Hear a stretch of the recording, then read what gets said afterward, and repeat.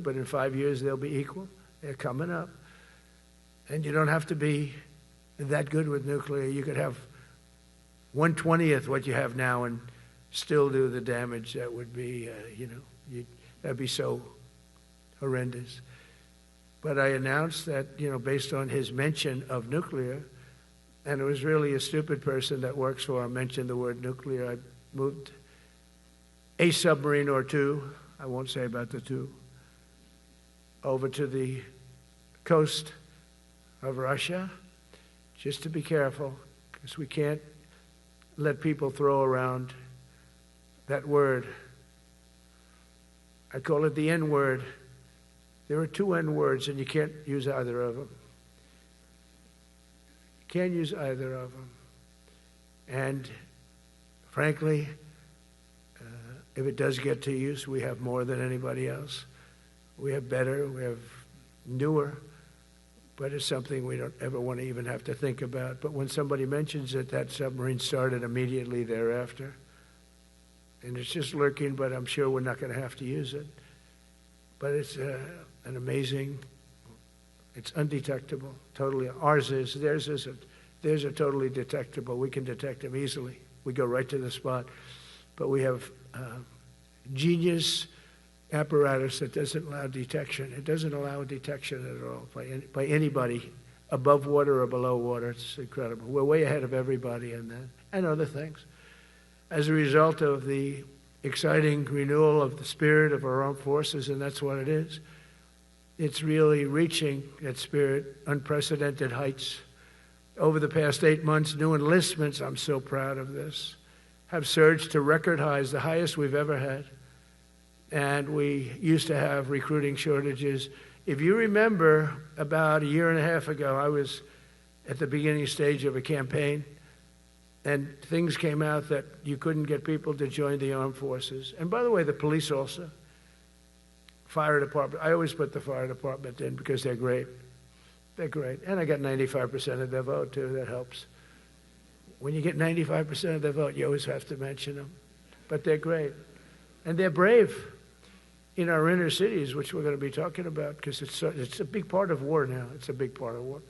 But the firemen go up in ladders, and you have people shooting at them while they're up in ladders. I don't even know if anybody heard that. And I said, don't talk about it much, but I think you have to. Our firemen are incredible. They're up in one of these ladders that goes way up to the sky, rescuing people, and you have animals shooting at them, shooting bullets at firemen that are way up in death territory. You fall off that ladder, it's over. It's over. They don't even have to inspect you when you hit the ground. And you have people shooting bullets at them in some of these inner cities. We're not going to let that happen. So I always mention the firemen because that's actually a big problem we have. They are unbelievable. Like you, they're unbelievable people. For the first time on record in 2025, the Navy, Air Force, and Space Force all met or surpassed their recruiting goals 3 months early. That never happened before. And the Army did even better. Congratulations, Army. They met everything. And these were the highest standards because we're making it larger. So these were much higher standards than you had 4 years ago, 3 years ago, during the sleepy Joe Biden era. And the Army did it 4 months early. And you remember, a year and a half ago, they said the big stories that we're way behind with the Army, Air Force, the Navy, the Marines. We're way behind, Coast Guard. And even Space Force. I love Space Force because that was my creation. You know, when you create something, I love it. And the people we put in there were good. I got that right. We put in great people initially, and we've really dominated. We really dominate in that sphere now. We're way behind China and Russia, and now we dominate. Space Force turned out to be a very important thing. I said from the beginning, you know, when Biden came into office, he wanted to terminate it. He said, and this thing called Space Force, so we could get rid of that. And he got hammered by the people in this room for even suggesting it, because it's very important, one of the most important. And as time goes by, it'll get more and more important. But we're now at 106% of our recruiting targets for the year, and that's the best in far more than a generation. And for the Marines, morale is so strong that the Marine Corps will meet its 2026 retention targets before the end of October, which never happens. And that's the earliest it's ever happened in the history of our country. And it makes you feel good, you know. I felt guilty. I'd go make a speech in front of never people like you. You are the leaders. But people, soldiers. And I felt embarrassed because there'd be stories about, you know, we couldn't fill up our Army, Navy, Air Force. We couldn't fill them up. And it was headlines. It was during Biden's 4 years. The auto pen. I call them the auto pen. It's, how would you like to have your thing signed by an auto pen? You know, when I have a general and I have to sign for a general because we have beautiful paper, the gorgeous paper, I said throw a little more gold on it. They deserve it. I want the A paper, not the D paper. We used to sign a piece of garbage. I said, this man's going to be a general, right? Yeah. I don't want to use this. I want to use the big, beautiful, firm paper. I want to use the real gold writing when you talk about the position, and they're beautiful. And but how would you like to have that where some kid sitting in the back office is having it signed with an auto pen? I thought about it, and I thought about you people first, admirals, generals. I said, somebody works his whole life.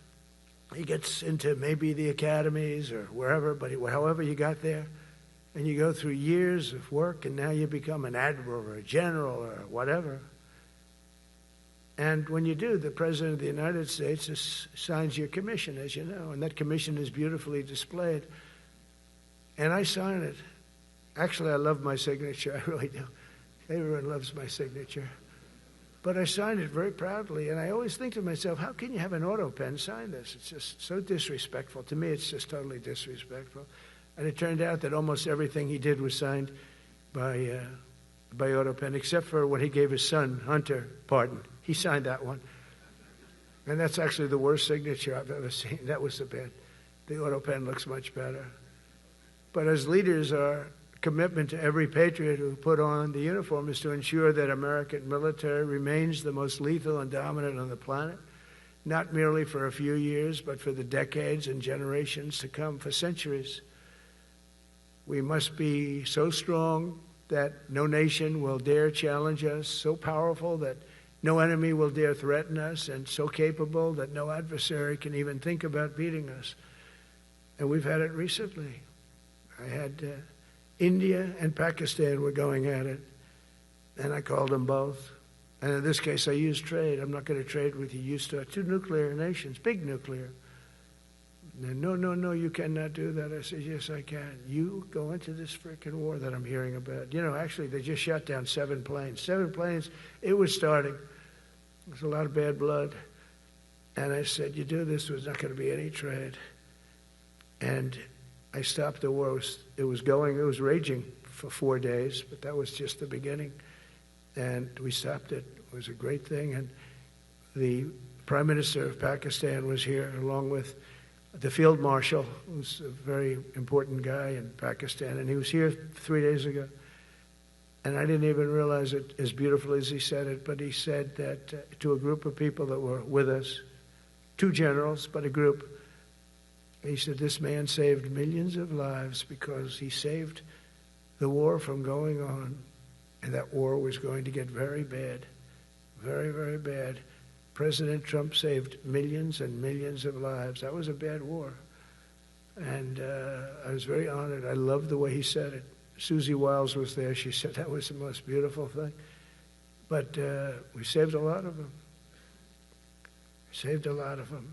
Even in Africa, we saved the Congo with Rwanda.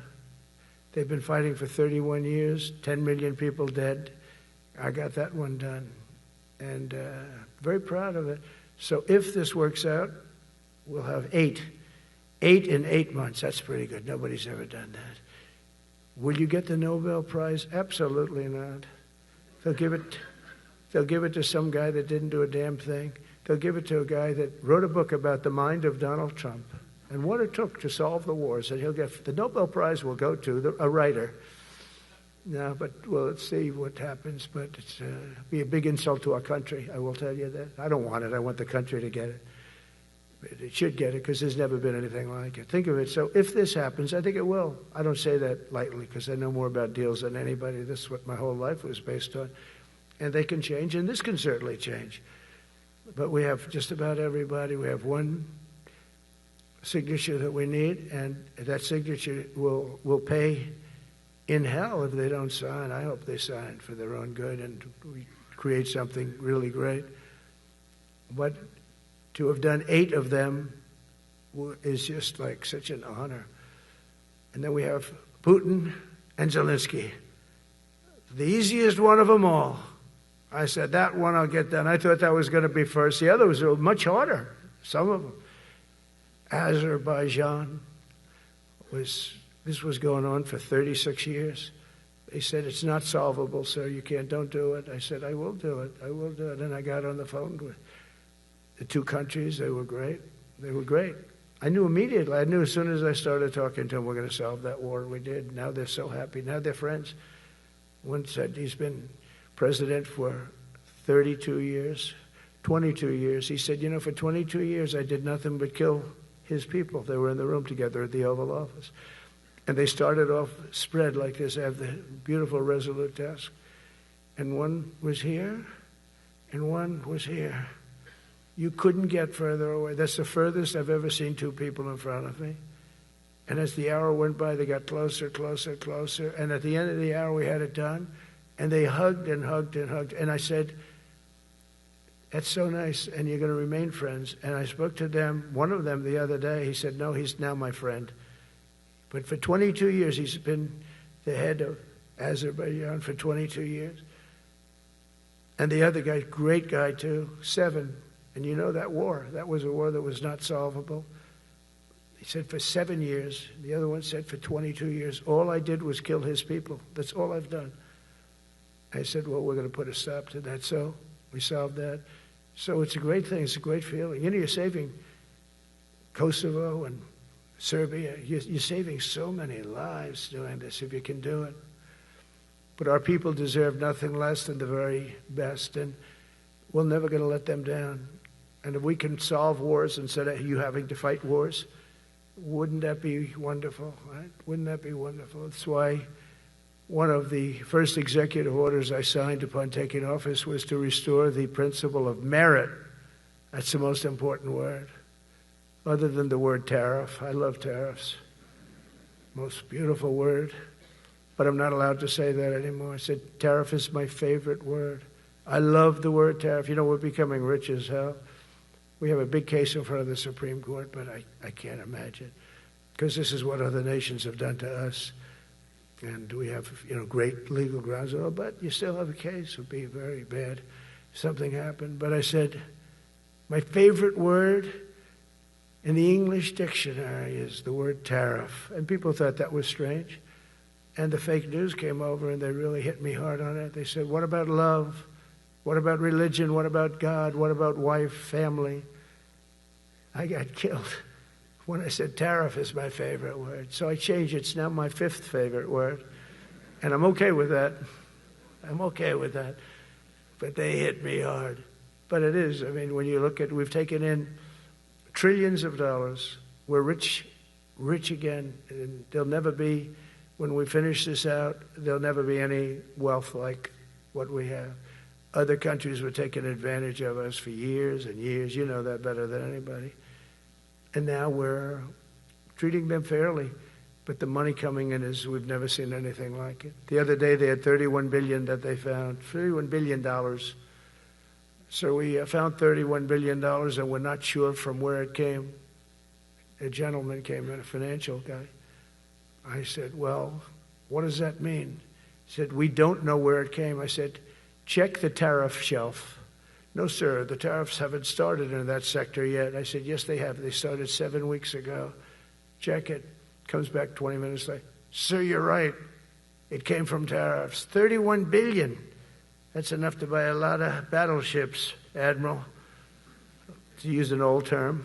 I think we should maybe start thinking about battleships, by the way. We have a Secretary of the Navy came to me Because I look at the Iowa out in California, and I look at different ships, the old pictures. I used to watch Victory at Sea. I love Victory at Sea. Look at these admirals. It's got to be your all-time in black and white. And I look at those ships. They came with the destroyers alongside of them, and man, nothing was going to stop. They were 20 deep, and they were in a straight line, and there was nothing going to stop them. And we actually talk about, those ships. Some people would say, no, that's old technology. I don't know. I don't think it's old technology when you look at those guns. But it's something we're actually considering, the concept of battleship. Nice 6-inch sides, solid steel, not aluminum that melts if it looks at a missile coming at it. It starts melting as the missile's about 2 miles away. Now, those ships, they don't make them that way anymore, but you look at it, and your secretary likes it, and I'm sort of open to it. And bullets are a lot less expensive than missiles. A lot of reasons. I should take a vote, but I'm afraid to take that vote because I may get voted out on that one. But I tell you, it's something we're seriously considering.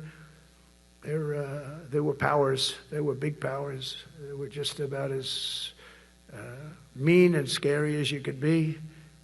And so we're looking at that. One of the biggest cases that we won was the decision of the United States Supreme Court to allow us to proceed on the word merit. So those two words are right up there. So this is, I would say, the opposite if you ask for a definition. The opposite of political correctness. We went through political correct where you had to have people that were totally unfit to be doing what you're doing for many reasons. I won't get into them. But for many reasons, they were unfit. Now, it's all based on merit. That was such an unbelievable decision. I didn't expect we were going to win that one. We went in. We said we need it. We went in for colleges, where kids with a C average are getting into the best colleges, and the kids with A averages won't get in. And kids with the highest boards and the highest marks and the best marks couldn't get into the best schools. And people that had not good boards and not very good marks, okay, but nothing special, they were getting into our best colleges. I said, this is just crazy. You can't run a country like this. And it was lingering for years, and it got to the Supreme Court, and we won that decision. Merit, everything's based on merit. You're all based on merit. We're not going to have somebody taking your place for political reasons because they are politically correct, and you're not. We take the people that are going to do the best job. That's all. It's very simple. And that's the way our country was built. We were built on merit. We got away from it for a long time. And everyone understands it. And it was done. It was approved. I give great credit to the Supreme Court because I thought they had tremendous courage. I didn't think they'd do that. That was tremendous. I give them maybe for that decision almost more than anything because it's a hard decision to make. It's really hard. The apparatus of our country was not set up for merit. It was set up for political correctness. And you can never be great if you're going to do that. And we're going to be greater than we ever were before. We're bringing back a focus on fitness, ability, character, and strength. And that's because the purposes of American military is not to protect anyone's feelings. It's to protect our republic. And it's the republic that we dearly love. It's to protect our country. We will not be politically correct when it comes to defending American freedom. And we will be a fighting and winning machine. We want to fight. We want to win. And we want to fight as little as possible. You have to count on people like me to keep you out of wars because we don't want to go into wars. Many of the wars that I just told you about, we could have entered those wars and settled them in a different way, lose a lot of our troops. And we could have settled them, I guess, differently. Maybe not, actually. Actually, you might not have been able to settle them. We just would have been in the middle of a lot of firepower. But when we do need it, you're going to be so ready. And you know it. But very importantly, with that goal in mind, I've committed to spending over $1 trillion on our military in 2026, and that's the most in the history of our country. $1 trillion. That's a lot of money. I hope you like that. Ma'ams and sirs, I hope you like it. That's a hell of a lot of money. We have the best of everything. Every branch is seeing major investments, and as I announced in the Oval Office in March, we are rapidly moving forward with the first ever sixth-generation fighter jet. I didn't name it. I did not name it. Boeing came in, and they said, "Sir, this is our submittal. It's the greatest fighting jet ever done." And, you know, they're testing all these planes. All the companies are testing, and this one tested like through the roof. And they said, "We'd like to name it the F-47. I said, "All right, let me think about it." Then after thinking for about 2 seconds, I said, "Okay." You know what that means, 47. I'm 47. So I'm 45, 46, and 47, you know, if you think about it. I just don't want the credit for 46. I don't want to have their open borders and people coming in from all over the world, including jails and mental institutes. I don't want that on my record, but I like having it. We're investing tens of billions of dollars in modernizing our nuclear deterrence capabilities like never before. And we've begun construction on what we call the Golden Dome missile defense shield. It'll be the most sophisticated in the world. You watched it do well until they had some problems at the end with a little bit of a lack of ammunition, defensive ammunition, but they've got that taken care of. But I tell you, it's what we're doing is so good, and we deserve it. You know, we help other countries with it. We don't have it ourselves. And Canada called me a couple of weeks ago. They want to be part of it. To which I said, "Well, why don't you just join our country? You become 51, become the 51st state, and you get it for free." So I don't know if that made a big impact, but it does make a lot of sense. It actually makes, because they're having a hard time up there in Canada now, because as you know, with tariffs, everyone's coming into our country. We have more investment than we've ever had before, $17 trillion coming in. As an example, in 4 years, Biden didn't have $1 trillion. We have $17 trillion more than that in 8 months coming in. And they're coming in from Canada, Mexico, from Europe, from all over. AI, auto plants. Everybody's coming back to the United States. Under my budget, we will be expanding the U.S. Navy by at least 19 ships next year, including submarines, destroyers, assault ships, and more. And it's going to be much more than that as we go along, because we basically don't build ships anymore. We do build submarines, but we don't build ships. Do you know in the Second World War, they were freighters and different types, but we were doing a ship a day, and now we don't do ships. And I'm not a fan of some of the ships you do. I'm a very aesthetic person, and I don't like some of the ships you're doing aesthetically. They say, "Oh, it's stealth." I said, "That's not stealth. An ugly ship is not necessary in order to say you're stealth." By the way, the B-2 bombers were incredible. That is stealth. They went into that. I was with General Kane and Pete were we call it the war room, but we're watching them go in, and they were totally untouched. They were not seen. They were literally not seen. They dropped their bombs. They hit every single one of them, hit its target. It was total obliteration. CNN, when we came back, fake news CNN, oh, their camera just went off. You know, their camera, every time I mention them, they turn the camera off because it's never good. They say, "This is a problem." But I don't blame them. You're better off keeping it off. But they have some scammer reporter who started saying, without any knowledge, that he may not have hit the targets as well as they thought. It may not have been obliteration. He did hit the targets, and I got to give us a little credit, right? It was obliteration, it turned out. The Atomic Energy Commission said it was obliteration. They had, not only did they hit the target, they had these chutes. And think of this here. Way up in the sky, there was no moon. It was dead dark. You couldn't see a thing. You couldn't see them. But they had, I guess, a beam going right into these chutes. Every single one of those bombs went right down those chutes into a granite mountain. I think it's the last time they're going to build air chutes. They had these air chutes that were nice, beautiful. They were meant for us. But it was total obliteration. And now they give us credit for that. But these people were phenomenal. I tell you, for the Air Force people here, you can be very proud. That B-2, we just ordered a lot of new ones and updated ones, but I'd take the other ones. Let me tell you, they couldn't have worked any better. So they flew for 37 hours total, back and forth. No stops, no nothing. We had 52 tankers loading them up. And that's a job I wouldn't necessarily want too much, flying a tanker, loaded up with hundreds of thousands of gallons of fuel. I don't know if I'd do that job, General. I asked the question, what happens if it gets hit? Sir, you don't want to know about that, right? I don't want to know about that. But those guys, they just hear us. They're incredible. I had them all to the Oval Office. We had the B-2 pilots and a lot of the people, even the people that took care of them, the maintenance people, just as important. We had them all to the White House, gave them a big party on the lawn, brought some of them into the Oval Office. But on top of all this, we'll deliver a hard-earned pay raise of 3.8% to every soldier, sailor, airman, Coast Guardsman, Space Guardman, and Marine, something you weren't getting from the past administration. They did not treat you with respect. They're Democrats. They never do.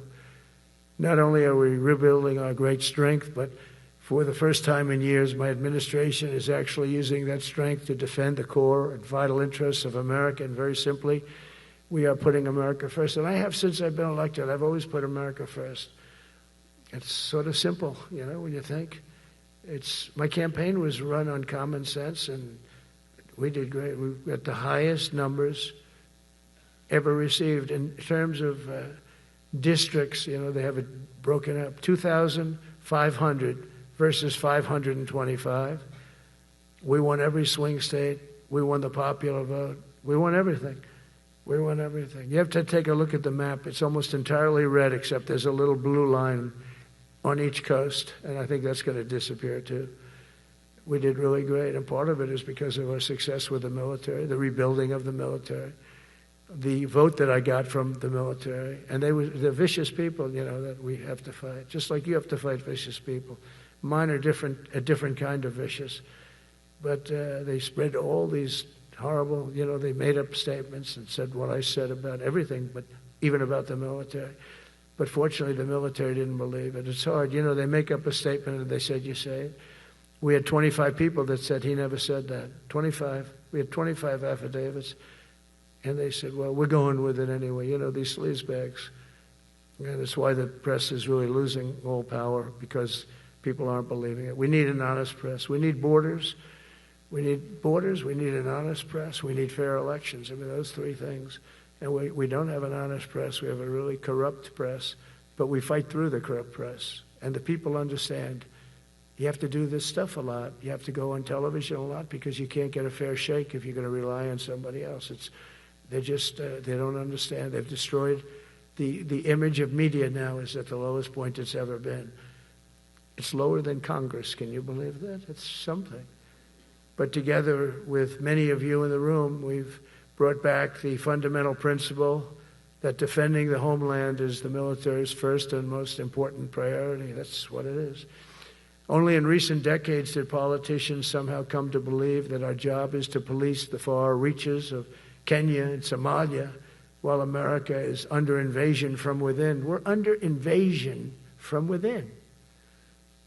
No different than a foreign enemy, but more difficult in many ways, because they don't wear uniforms. At least when they're wearing a uniform, you can take them out. These people don't have uniforms. But we are under invasion from within. We're stopping it very quickly. After spending trillions of dollars defending the borders of foreign countries, with your help, we're defending the borders of our country from now on. We're not going to let this happen. Biden let people come in from prisons, mental institutions, drug dealers, murderers. You know, we had 11,488 murderers allowed into our country by this guy who had no clue. He had no clue. He shouldn't have been there in the first place, but he had no clue. The people that ran the office, the White House, were people that surrounded him, radical left lunatics that are brilliant people, but dumb as hell when it came to policy and common sense. And they allowed people from all over the world, from the Congo. They opened up prisons in the Congo. They came into our country totally unmatched, unvetted, unchecked. and from all over South America, not just South America. You know, you think South America, no, but from all over. A lot came in from Venezuela. Venezuela emptied its prison population into our country. That's why they have Tren de Aragua, one of the worst gangs ever. But we took care of them. We took good, strong care of them. And I just want to thank the National Guard in Washington, D.C.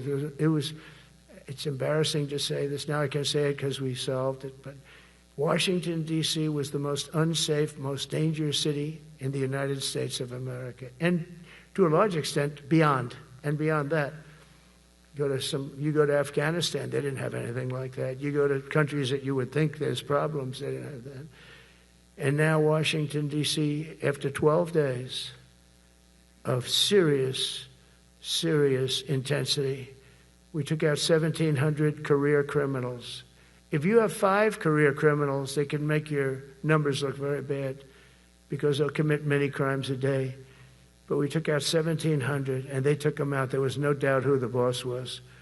They did an unbelievable job. Then they started even cleaning. I said, I don't want them doing that, sir. They were cleaning it up. I drove through it 2 days ago. It was beautiful. People are walking down the street holding hands, man and wife, coming from Iowa. They're not worried about being shot. Washington, D.C. is now a safe city. In fact, I went out to dinner with my crew. I haven't done that. In theory, I wouldn't do it. And I felt totally safe. And nobody's been attacked. Nobody's been hurt. Washington, D.C. went from our most unsafe city to just about our safest city in a period of a month.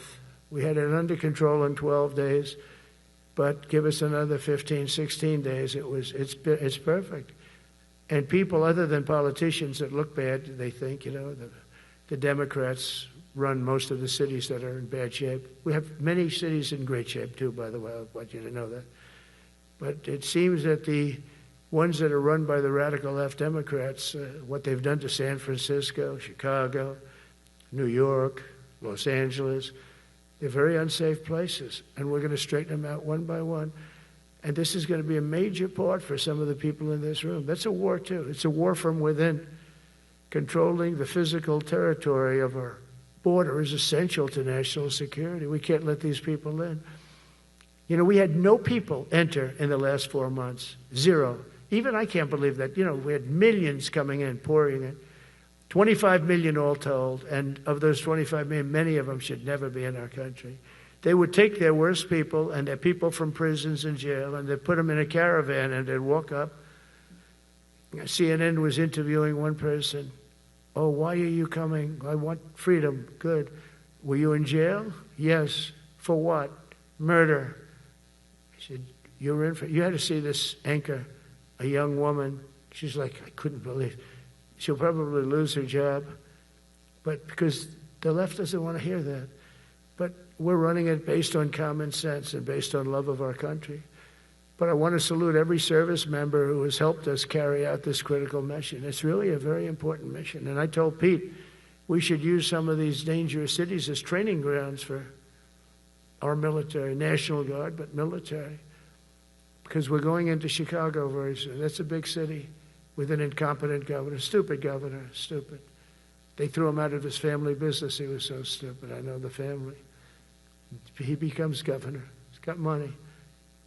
Not money that he made, but he ran for governor, he won, and now he criticizes us all the time. And last week they had 11 people murdered, 44 people shot. The week before that they had 5 people murdered, 28 people shot. Every weekend they lose 5, 6. If they lose 5, they're considering it a great week. They shouldn't lose any. You shouldn't lose any. This is civilization. And he's always up there saying, we're in very good shape. We don't need the military. No, they need the military desperately. How about Portland? Portland, Oregon, where it looks like a war zone. And I get a call from the liberal governor. Sir, please don't come in. We don't need you. I said, well, unless they're playing false tapes, this looked like World War II. Your place is burning down. I mean, you must be kidding. Sir, we have it under control. I said, you don't have it under control, Governor, but I'll check it, and I'll call you back. I called her back. I said, this place is a nightmare. Probably, it's certainly not the biggest, but it's one of the worst. It's brutal. They go after our ICE people, who are great patriots and tough job too, but they love it. They love it because they're cleaning up our country.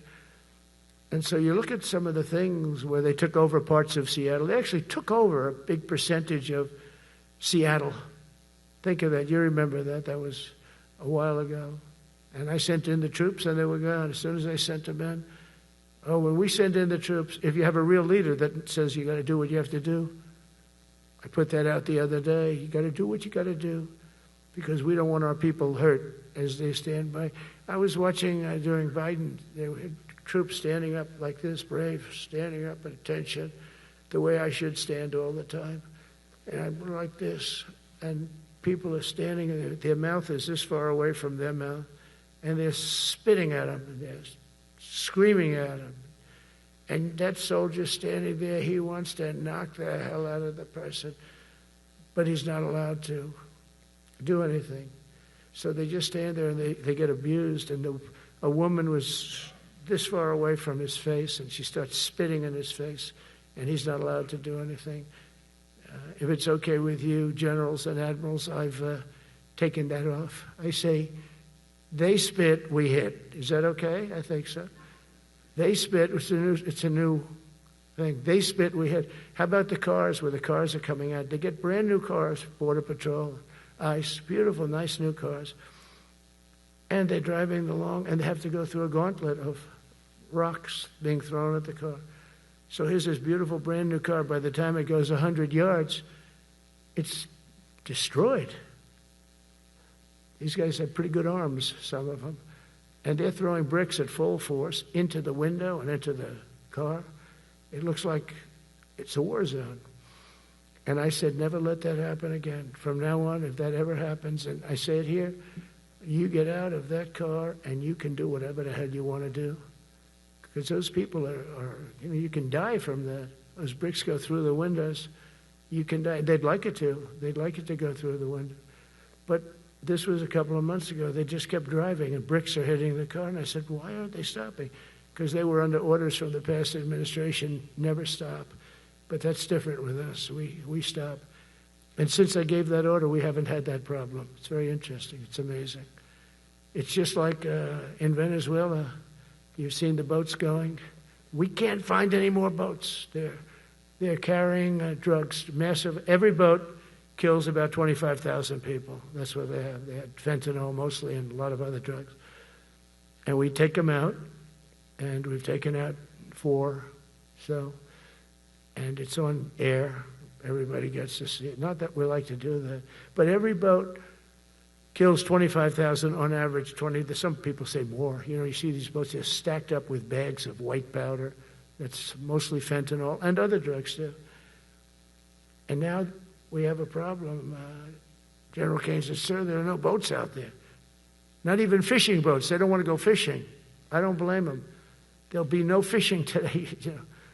But it's amazing what strength will do, because all we want to do is stop drugs from flowing into our country. It's destroying. We lost 300,000 people died last year. Everybody knows friends, many friends probably, that you lost a child, or adults too, but you lost a son or daughter because of what's coming into our border. And we're making it very hard. Oh, and we haven't even started yet. Last month I signed an executive order to provide training for quick reaction force that can help quell civil disturbances. And this is going to be a big thing for the people in this room, because it's the enemy from within, and we have to handle it before it gets out of control. It won't get out of control. Once you're involved at all, they all joke. They say, oh, this is not good. You saw it in Washington. We had gangs of Tren de Aragua with 10, 12, 15 kids.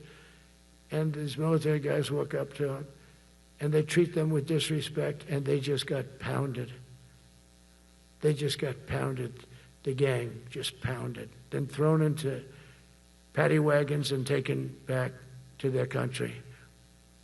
Some are so dangerous we don't want to even do that, because we don't want to. Some of stone cold murderers, we don't have the confidence. Even though they're not coming back very easily, we don't have the confidence. We put them in jails.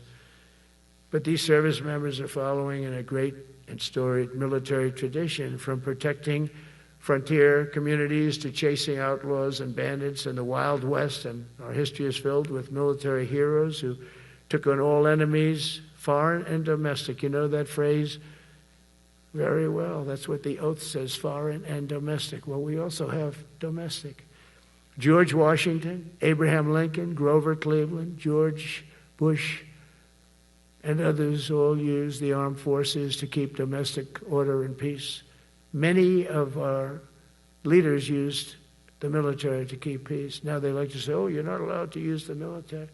And you know what the people say? The people in those cities where they're being raped and shot and beat up, you know what they say? We love the military. You ever see where they interview the people on the street? I've never seen somebody say they don't, unless they're radical and paid off, because a lot of these insurrectionists are paid by, whether it's Soros or other people, but they're paid by the radical left. So today I want to thank every service member from general to private who has bravely helped us secure the nation's capital and make America safe for the American people. It's amazing. The whole world is watching. Everybody in the White House, they come up to me, young women, sir, thank you. I know immediately what they thank you. They don't have to say it. They walk to work now to the White House. We haven't had a crime in Washington in so long because we got the careers. We call them the careers. We got these lunatics out, and they'll never be any good. You know, I hate to tell this to the liberal media. You could spend time with them. You could do whatever you want. You could send them to the finest schools, which they couldn't get into anyway, mentally. They couldn't get in, but no matter what you do, they'll never be good. They're bad. They're career criminals. I don't know, maybe they were born that way. Some people don't like me to say that, but maybe they were. Certainly some were. Together with the leaders here today, we're also restoring a needed focus on defeating threats in the Western Hemisphere. Throughout this region, cartel terrorists have been allowed to wage a relentless campaign of death and destruction on our country, all because we had weak leadership on top. And we did a great job with it first term, but this is something else what we're doing now. We're taking it to the next level, probably next level times 3. But we had COVID come up, and we had to take care of that. We did a great job with COVID. We had the therapeutics. It was just Regeneron. So many things we did for COVID. But we had to focus on that, and every other country in the world was being decimated by COVID. So we had to change gear a little bit to take care of that. But under our leadership, the military is now the knife's edge in combating this sinister enemy. We have to put the traffickers and cartels on notice, and we've done that. And we've put them, a lot of them, we've called them a terrorist organization, which is actually a big thing to do. Nobody's done it, but I've done it with a lot of them. It gives you a tremendous advantage. If you try to poison our people, we will blow you out of existence, because that's the only language they really understand. That's why you don't see any more boats on the ocean. You don't see any boats. Around Venezuela, there's nothing. As president, I will never hesitate to defend our people from threats of violence, from the horrible plague that's taking place from within. The Iran nuclear power, the Iran, all of the great power that we thought existed, we blew it out to kingdom. We took advantage of it, and we just really took advantage of it, and it was a beautiful thing to see, and that's what military power can achieve. That's why I chose Raising Cane. He's fantastic, by the way. I hope you all agree. If anybody disagrees, could I please have your hand? Who disappears that Raising Cane is no good? Just raise your hand. I don't see any hands raised. All right. That means you're okay. That means that he's okay now, but I saw his results. You know, he took out ISIS. I was told it was going to take 4 years. It took 4 weeks. I went to see him, and he took him out in 4 weeks, knocked him out, knocked him to hell. And I was told by military people it was going to take 4 to 5 years to do it. And I don't even know if we'll have it then, sir. These were the Washington generals. I call them the television generals.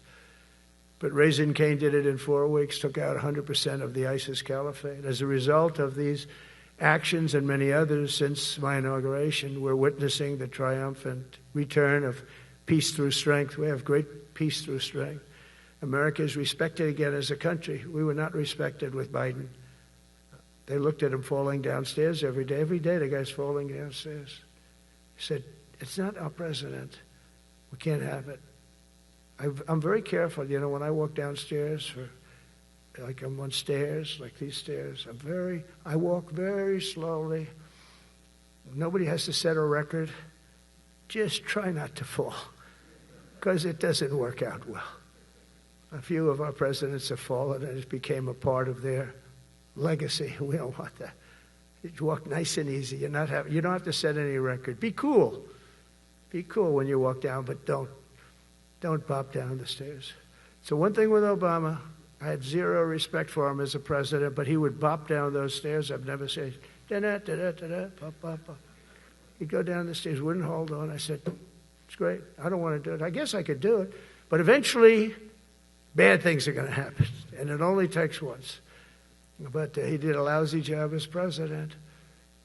A year ago, we were a dead country. We were dead.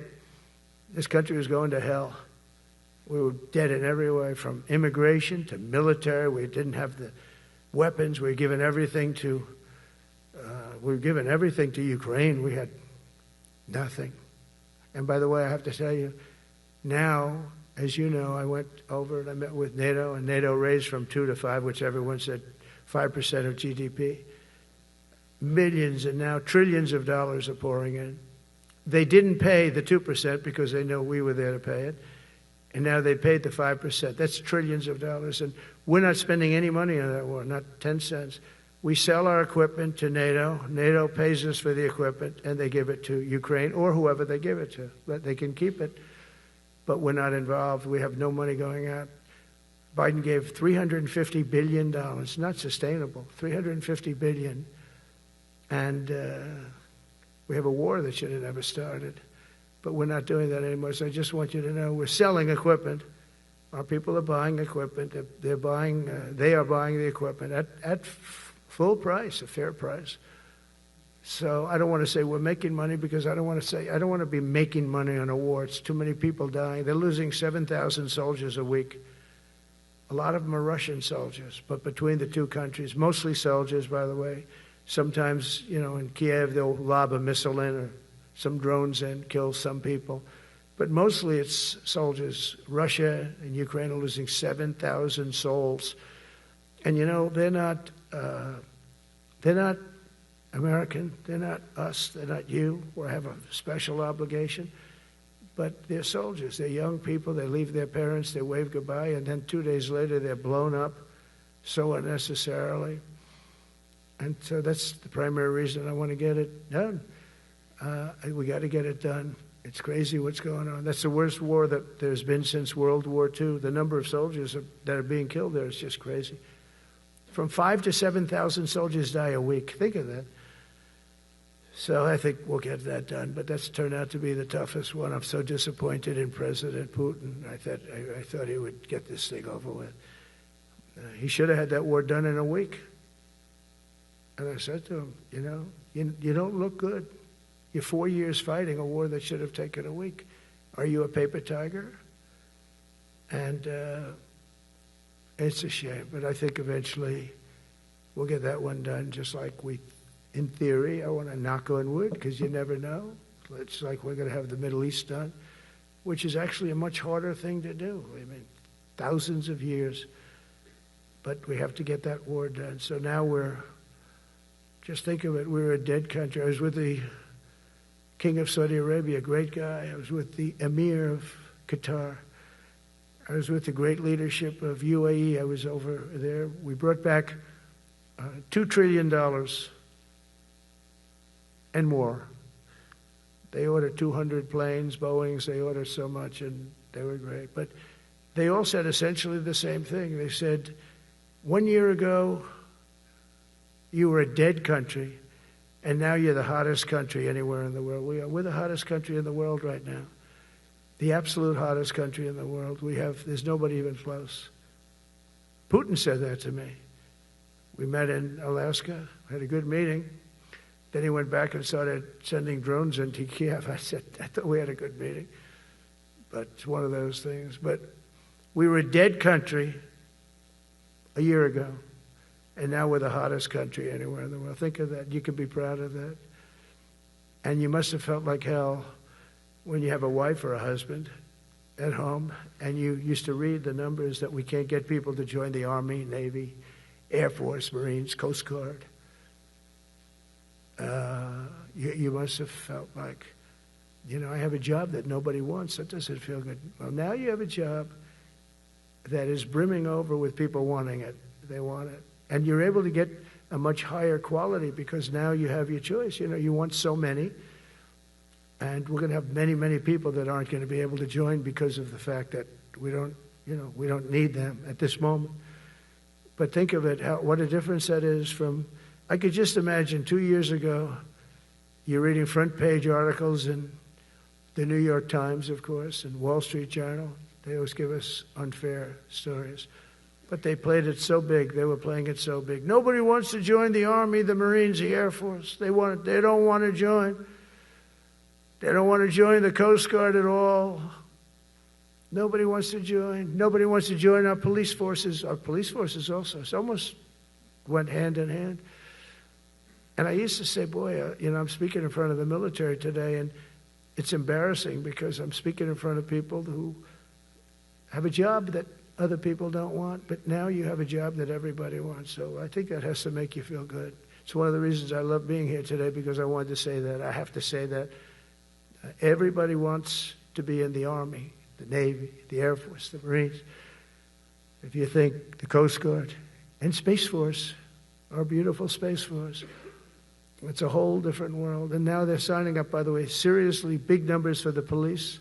Dangerous job, isn't it? Huh? Fire department. But that's the paving the way for progress once thought almost impossible. I mean, a year ago, you wouldn't have thought that was possible. A year ago, they were talking about making the military smaller because they can't get the people to join. We're thinking about making it larger because we have so many people. And it's nice to be able to cut people because of merit that aren't really qualified for any reason, a physical reason, a mental reason. You don't have to take them anymore because you have the pick of the litter. And they all want to be with you. They all want your job. They want to be with you. They want to work with you. They'll even take your job, Got to be a little bit sharp. You got to watch it.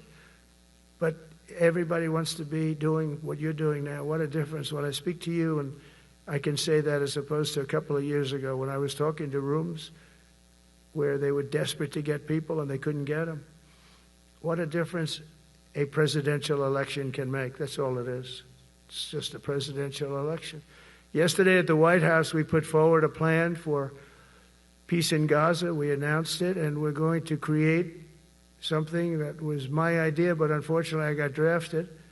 It's going to be called the Board of Peace, and it's going to reign over that territory, and we're going to get that done. And they asked if I'd be the chairman of the Board of Peace. I wasn't counting on that. I had the idea for the Board of Peace.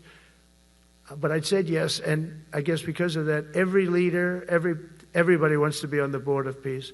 And we're going to watch over that very volatile part of the world and keep it non-volatile so you don't have to get involved. We want to save you for other things or save you for nothing from that standpoint. We don't want you fighting wars, but if you have to, you're the most lethal fighting force in the world. And I would say that even 2-3 years ago, but now I say it with great enthusiasm. It's so true. And we're striving tirelessly to end the terrible war in Ukraine.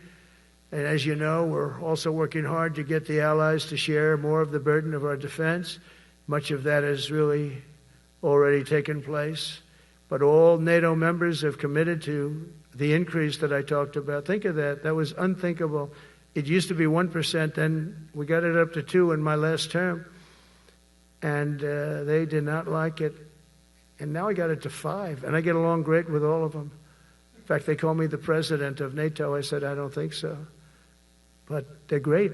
They're great people, and they're spending a lot of money, and a lot of money that they should have been spending in the past. But I think Putin was a wake-up call for them, really. We're now selling large quantities of American-made weapons to NATO, and we're getting really fair pricing. We're making a lot of money. It's my hope that from Europe to Asia to the Middle East, our allies will make similar commitments to increase their military capabilities. And this will greatly strengthen our alliances, and also it will make war far less likely. You know, if you're a strong presence like we are such a strong presence now. And I go around bragging about that. I said, we have the strongest military anywhere in the world. I say it. You never heard Biden say that. Never heard him say anything. But you never heard him say, did you ever hear him say, we have the strongest military? He doesn't say that. I say it. We have the strongest military anywhere in the world. We have great leadership. And I'll tell you, Pete and General Kane, all of the people that I've met that have been lifted up in rank. And we got many of them out of here, too. I'll be honest with you. Didn't like doing it, but we got many of you out of here because we weren't satisfied. We know everything about everybody.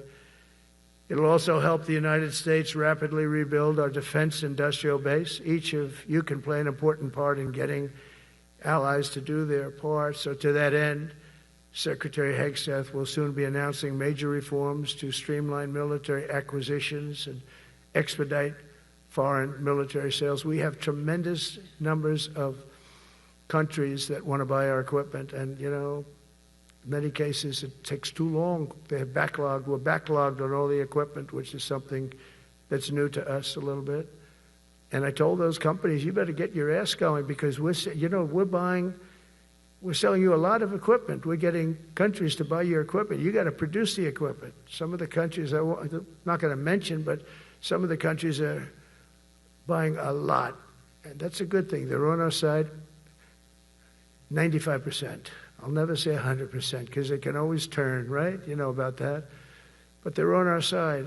The problem is we have to get the companies that make this equipment. And we make the best equipment in the world, but they got to make it faster.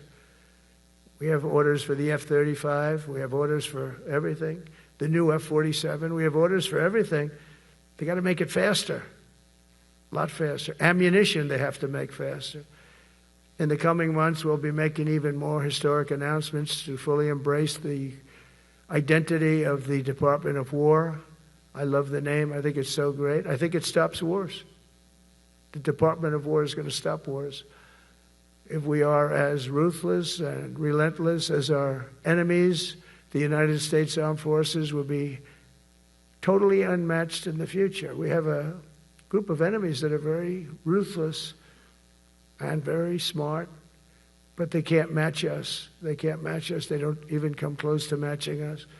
Again, you know, it's very important for me to say we are the greatest military in the world, but we make the best equipment in the world. I watched our anti-missile missiles. I watched our Patriots just knock things out like a needle, hitting another needle on the stage. There's a needle up there, and you send another needle up, and it hits it every time. During the war, we went 14 for 14. We had 14, this is with Iran, we had 14 missiles coming at us. All 14 were knocked out of the sky, every one of them. We make the best equipment. From Sparta to Rome, to the British Empire, to the United States of America, history has shown that military supremacy has never been simply a matter of money or manpower. At the end of the day, it is the culture, spirit of our military that truly sets us apart from any other nation. Our ultimate strength will always come from the fierce people and those brilliant people with such pride and the unbending will and the traditions of excellence that have made us the most unstoppable force ever to walk the face of the earth. And that's what we are. Remember, we never want to use it, but we have the most powerful nuclear capability, and I call it nuclear deterrent of any other country. Nobody close. The men and women in this room inherit the legacy built and won by Washington and Jackson, Grant and Pershing, Eisenhower and Patton, Nimitz and LeMay. We carry forward the majestic military heritage passed down from father to son, soldier to soldier, and one generation of warriors to the next. You are warriors, you know that, right? You're great warriors. or you wouldn't be in this room. You're the best of the best. From Concord Bridge to Fort McHenry, from Gettysburg to Manila Bay, from Normandy to Sicily, and from the jungles of Vietnam to the dusty streets of Baghdad, America's military has charged into hellfire, climbed up jagged mountains, crossed roaring oceans, and thundered across open deserts to defend our flag, our freedom, and our homeland. Nobody does it like you. Now we are discovering American muscle, reasserting American might, and beginning the next story chapter in American military legends and lore. That's L-O-R-E. It is lore. When it comes to defending our way of life, nothing will slow us. No enemy will stop us. They cannot stop us. And no adversary will stand in our way. They won't stand in our way. We don't want them to stand in our way. We don't want to even put them in that position, but they're not going to stand in our way ever again. You'll never see 4 years like we had with Biden and that group of incompetent people that ran this country that should have never been there. Because we are the United States military, the best, the boldest, the bravest that the world has ever seen, that the world has ever known. With leaders like we have right here in this beautiful room today, we will vanquish every danger and crush every threat to our freedom in every generation to come, because we will fight, fight, fight, and we will win, win, win. I want to just thank you once again, and God bless the United States military, and God bless America. God bless you all. Thank you very much. Thank you.